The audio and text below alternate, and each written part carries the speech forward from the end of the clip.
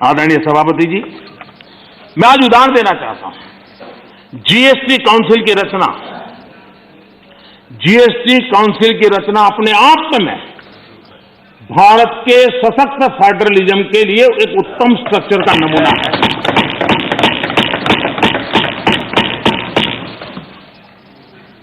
Revenue के अहम निर्णय जीएसटी काउंसिल में होते हैं और राज्यों के वित्त मंत्री और भारत के वित्त मंत्री सभी इक्वल टेबल पर बैठ करके निर्णय करते, कोई बड़ा नहीं, कोई छोटा नहीं, कोई आगे नहीं, कोई पीछे नहीं, सब साथ मिलकर के दे।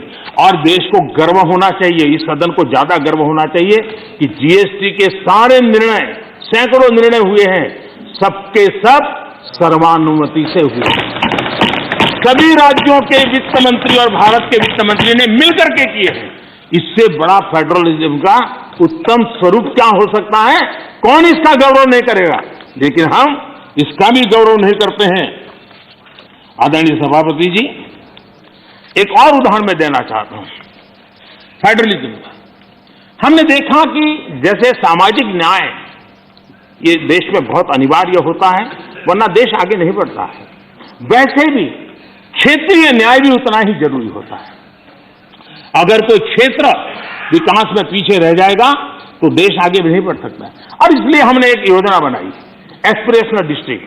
देश में 100 से ऐसे डिस्ट्रिक्ट चुने, अलग अलग पैरामीटर के आधार पर चुने गए, राज्यों के साथ मशवरा करके चुने गए, और उन 100 से अधिक जो डिस्ट्रिक्ट हैं वो राज्य के जो एवरेज डिस्ट्रिक्ट है उसकी बराबरी तो कम से कम आ जाए तो बहुत कम हो जाएगा। और उस काम को हमने किया और आज मैं बड़े संतोष के साथ कहूंगा, बड़े गौरव के साथ कहूंगा, योजना का विचार भले भारत सरकार को आया, लेकिन एक राज्य को छोड़कर के सभी राज्यों ने इसको ओन किया। 100 से अधिक जिलों की स्थिति बदलने के लिए केंद्र सरकार, राज्य सरकार और जिला इकाई आज मिलकर के काम कर रहे हैं। और उसमें सभी दलों की सरकार वाले राज्य हैं, ऐसा नहीं है कि वो भारतीय जनता पार्टी के राज्य वाली सरकारें हैं। और सबने मिलकर के इतने उत्तम परिणाम दिए हैं कि बहुत कम समय में एस्पिरेशनल डिस्ट्रिक्ट कई पैरामीटर में अपने राज्य की एवरेज से भी कुछ आगे निकल गए हैं। और ये मैं समझता हूं कि उत्तम से उत्तम काम है। और मैं बताऊं, कुछ आकांक्षी जिले जो एस्पिरेशनल डिस्ट्रिक्ट हैं उनके जनधन अकाउंट पहले की तुलना में 4 गुना ज्यादा जनधन अकाउंट खोलने का काम किया है। हर परिवार में शौचालय मिले, बिजली मिले, इसके लिए भी उत्तम काम इस एस्पिरेशनल डिस्ट्रिक्ट में सभी राज्यों ने मिलकर के किया है। मैं समझता हूं यही फेडरल स्ट्रक्चर का उत्तम उदाहरण है और उसी से देश की प्रगति के लिए फेडरल स्ट्रक्चर का ताकत का उपयोग होना ये उसका उदाहरण है। आदरणीय सभापति जी, मैं आज एक और कैसे आर्थिक मदद होती है राज्यों को, किस तरीके से नीतियां कैसे बदलाव लाने से परिवर्तन आता है, उसका भी उदाहरण देना चाहता हूं। वो भी एक समय था जब हमारे प्राकृतिक संसाधन सिर्फ कुछ लोगों की तिजोरियां भरने के लिए काम आते थे। ये दुर्दशा हमने देखी है, उसकी चर्चाएं बहुत चली है।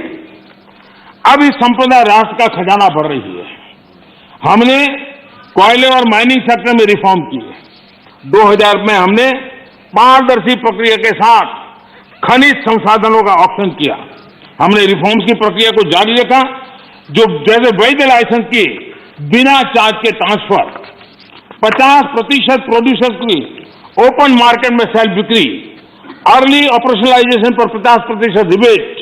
बीते एक साल में माइनिंग रेवेन्यू लगभग 14,000 करोड़ रुपए से बढ़कर लगभग 35,000 करोड़ रुपए पर पहुंचा है।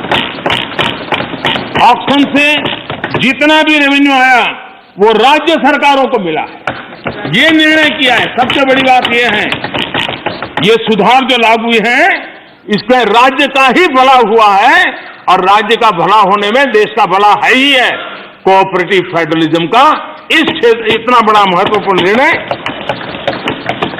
और उड़ीसा इस रिफॉर्म को लागू करने में अग्रिम राज्य रहा।